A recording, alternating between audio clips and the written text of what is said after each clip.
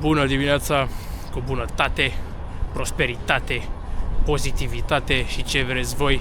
Astăzi este o zi importantă, extrem de importantă. Mergem așa numitul Assessment Center.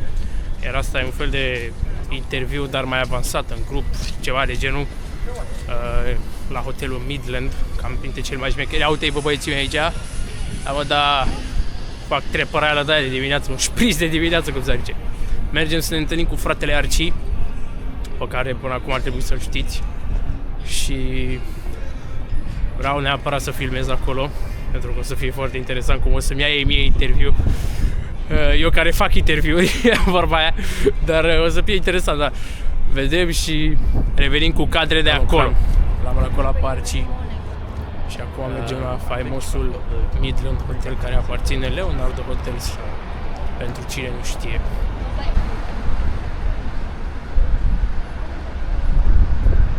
Pula.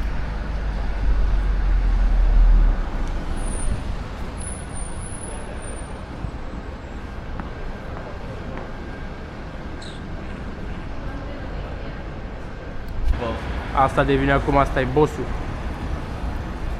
Asta este Diane Conley, e bossul.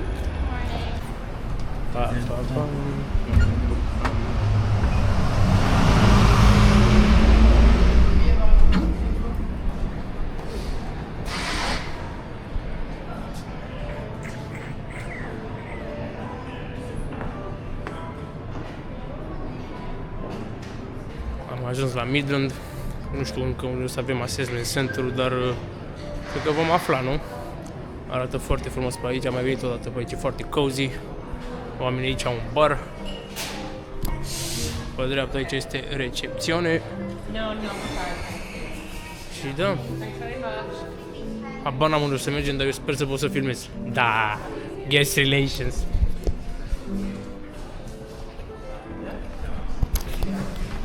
Ăsta cândva era departamentul meu, cum ar fi, mi-am dat de un român acolo care muncește, ceva foarte normal și clasic. Acum mergem în suită, unde o să avem, cred că evenimentul, nu știu.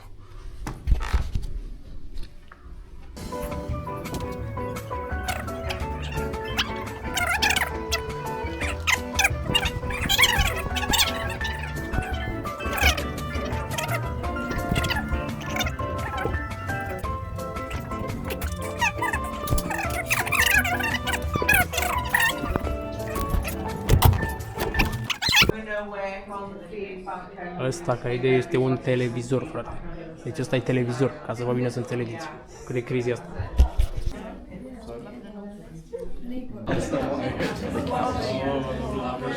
Da, mă, clan, acum suntem cu băieții. Ăla le cunoașteți, ăla-i Sam, ăsta e englezul și ăsta e gorila. Vedem ce face mai târziu.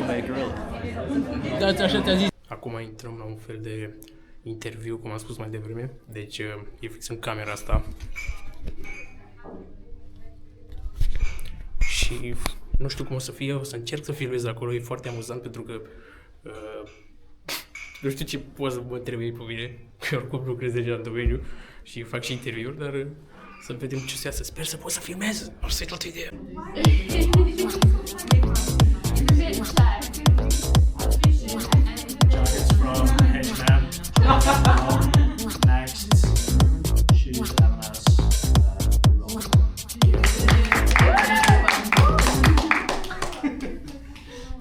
Și am ieșit de la interviu, bă băieți. Să mergem în clasă acum să le întrebăm și pe alții ce au făcut, dar eu la interviu, ce să zic, eu i-am luat mai mult la întrebări, pentru că, da, oricum în genul ăsta de interviu, ca să spun așa, bă, mi se pare că cine domină interviul are cuvântul de spus și cum ar veni, imaginează-ți eu să domin într-un interviu pentru un job la care eu aplic. Adică eu să-și amintească de tine și asta e toată schema, de fapt, într-un interviu. Pentru că am făcut interviuri și pentru mine contează când își amintesc de tine și cum își amintesc de tine, pentru că după ce o să pleci de aici, așa este în orice job. Când aplici, după aia tu mai ești decât o foaie. Toate detaliile sunt de pe tine pe o foaie. Asta decât dacă nu o să-și amintească de tine aici. Și dacă își amintesc de tine aici, bam, te duci la următorul pas sau chiar îți iei jobul, depinde de companie. Dar eu asta fac și asta este un tip pe care l-au la toată lumea. Bă, când te duci în interviu, încearcă să domini cât mai mult posibil sau să faci ceva, să spui ceva mai chiar și neobișnuit, pentru că ei trebuie să-și amintească de tine, asta e toată cheia. Dacă își amintesc de tine, tu îți garantezi următorul pas sau chiar și jobul, de multe ori. Și am terminat și ziua de astăzi. Îmi pare rău că nu au fost la multe cadre, dar au fost foarte, foarte multe chestii rapid care s-au întâmplat și nu știu, nu mi-a venit în cap să iau camera, ăsta e adevărul. Dar o zi foarte, nu știu, inovativă, să zic așa, am aflat chestii noi. Am întâlnit niște oameni destul de șmecheri. Normal că, cum a zis și în videoclipul ăla, un român pe acolo